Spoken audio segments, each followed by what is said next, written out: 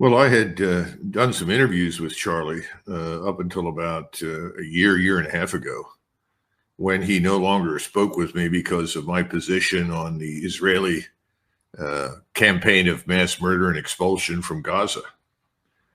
And I simply disagreed with him. I also felt very strongly from the very beginning that 7 October was allowed to happen. It was a deliberate event. I think that he changed his mind later on, but I never really reconnected with him at that point. But I thought he was a very nice person. I mean, I didn't see anything that I thought was necessarily criminal or evil or anything else. I mean, I think he was just a normal, average, decent, honorable person. I also know that he had $40 million in his organization's bank accounts. And a lot of that appears to have come from Israel supporters. And I've seen all of the communications back and forth about his own statements to people like, I guess, Tucker Carlson and others, expressing concern about the possibility that his donors would be angry with him because he was changing his views on what the Israelis were up to. Charlie Kirk, long a vocal supporter of Israel, consistently defended its military actions against Hamas, portraying them as necessary measures against terrorism. However, as reports emerged from journalists and humanitarian groups detailing widespread destruction in Gaza and the deaths of civilians, including children, Kirk began to confront a harsher reality. An incessant campaign. And one thing a friend said to me, interestingly, which is, okay, Charlie, we've pushed back against the media on COVID, on lockdowns, on Ukraine, on the border, on so like maybe we should also ask a question: is the media totally presenting the truth when it comes to Israel? Just a question, that maybe we shouldn't believe everything the media says, because I know I've been conditioned to ask a lot more critical questions.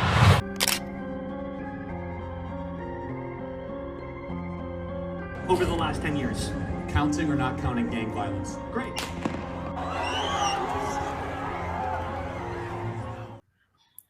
So I think it's tragic. It's awful, but here's something else that also occurs to me.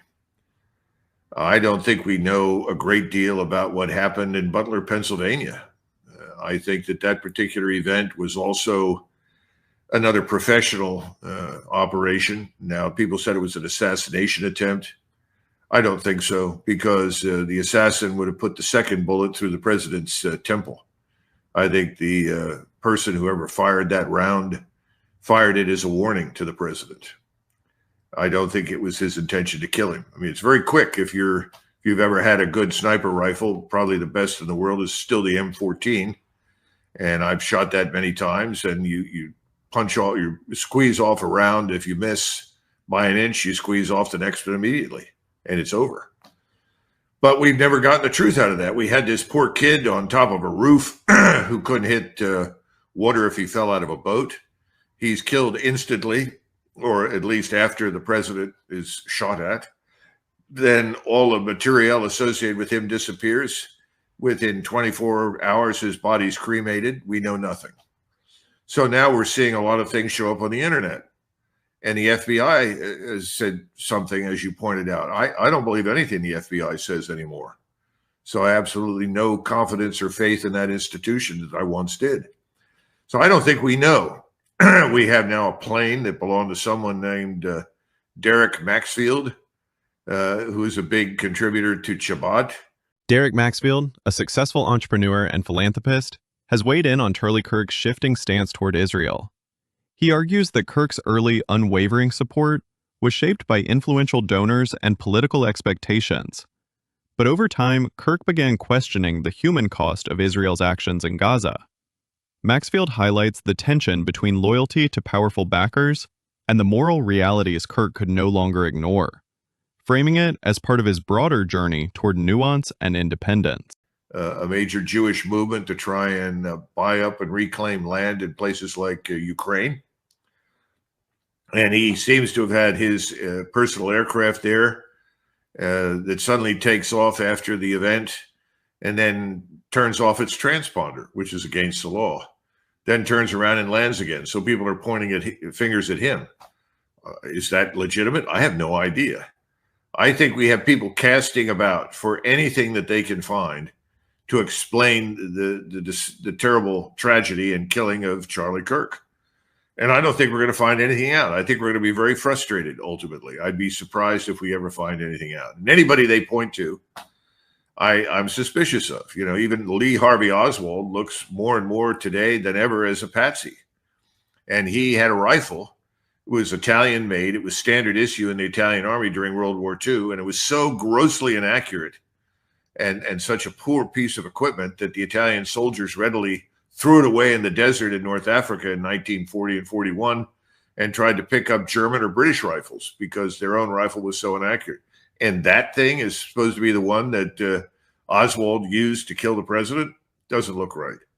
I don't think we know what happened then. I don't think we know what happened to RFK when he was shot. I don't think we know the whole story on what happened in Butler, Pennsylvania. And I don't think we are going to know very soon what happened to Charlie. All we know is that it shouldn't have happened. And we do know that he had security. He had plenty of money to pay for security. But when you're dealing with someone who is an expert marksman, who is more than 200 yards away and is able to put a round into your throat, cutting your artery immediately and killing you, I don't think there was much anybody could do to protect him from that. Meanwhile, politicians such as Representative Seth Moulton used the Charlie Kirk assassination to score political points, framing the tragedy through the lens of race and partisan identity.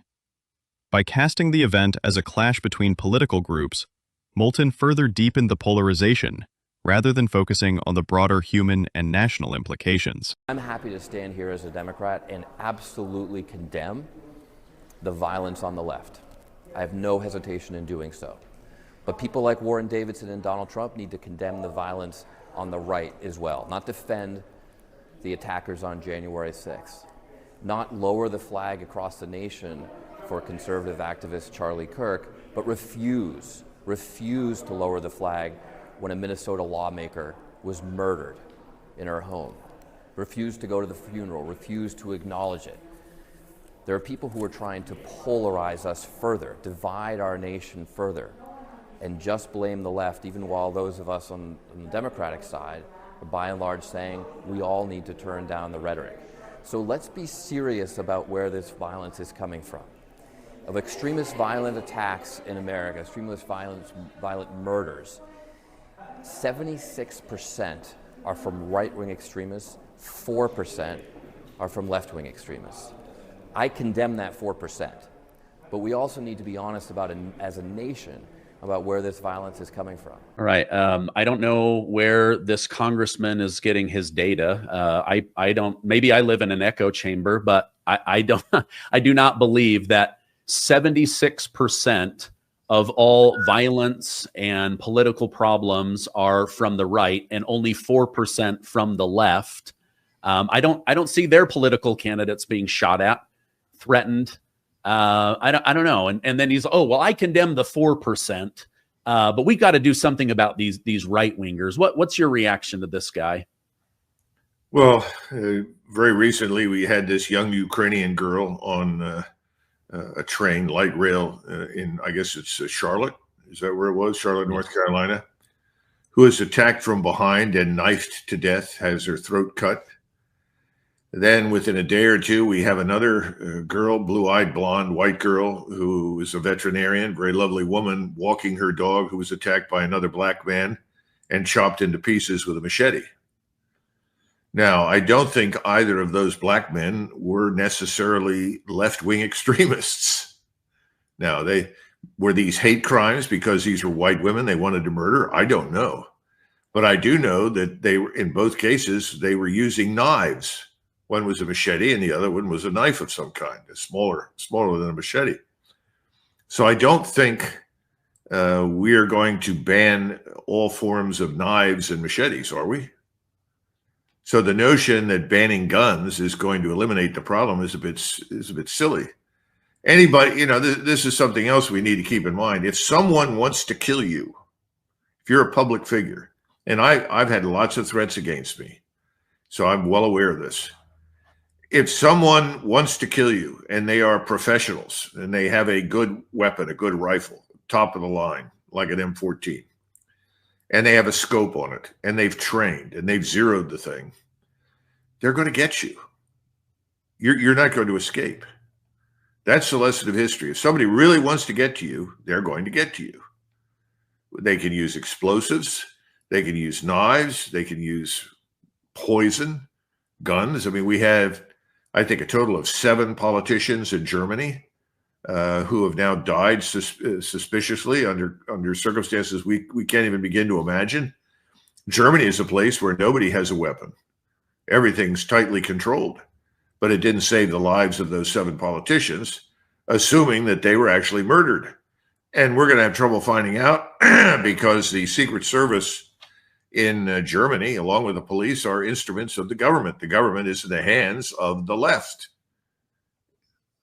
And the left doesn't want the truth.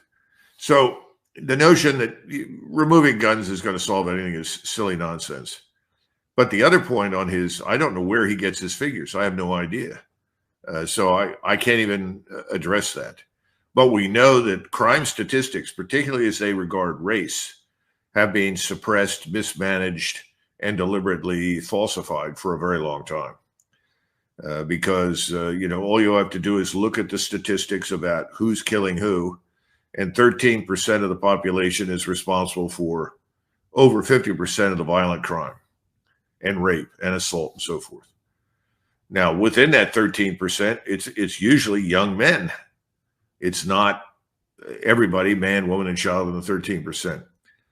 So I don't find his contribution to the discussion of any great help at all. He's simply trying to exaggerate, and frankly, he's anxious to divide the country. And that's a great way to do it. He's done a beautiful job. He's now lied and alienated everybody in sight, as far as I can tell, who might otherwise have listened to him. But of course, he has a constituency. I don't know who they are.